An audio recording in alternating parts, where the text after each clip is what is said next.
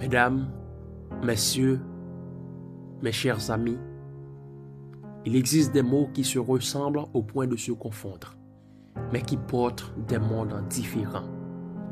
Droit et droit de l'homme. Pourtant, leur rencontre ouvre un champ de réflexion universel. Car, que vaut le droit de l'homme sans l'homme droit? Et que devient l'homme droit sans la protection des droits de l'homme? L'homme droit, c'est celui qui marche avec rectitude, qui refuse la compromission, qui fait de la justice sa boussole et de la vérité son flambeau. Le droit de l'homme, c'est l'arsenal sacré des libertés conquis au prix de luttes, d'efforts et parfois de sang. Mais l'histoire nous enseigne que les textes, si beaux soient-ils, restent lettres mortes sans l'homme qui les incarne. La Déclaration universelle de 1948 proclame des droits égaux pour tous.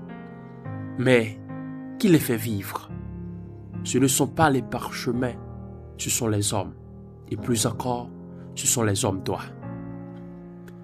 Car face à la tyrannie, l'homme droit se lève. Face à l'injustice, il résiste. Face au mensonge, il parle. Son intégrité est le socle sans lequel les droits de l'homme se réduisent à une utopie fragile. À l'inverse, l'homme corrompu, l'homme courbé, l'homme qui vend son honneur contre un avantage immédiat devient la pire menace pour les droits humains.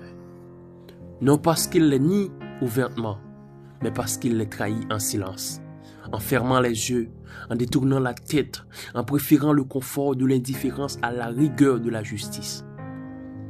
Ainsi, mesdames et messieurs, mes chers amis, le droit de l'homme a besoin de l'homme droit, mais l'homme droit lui aussi trouve dans le droit de l'homme la justification de sa droiture.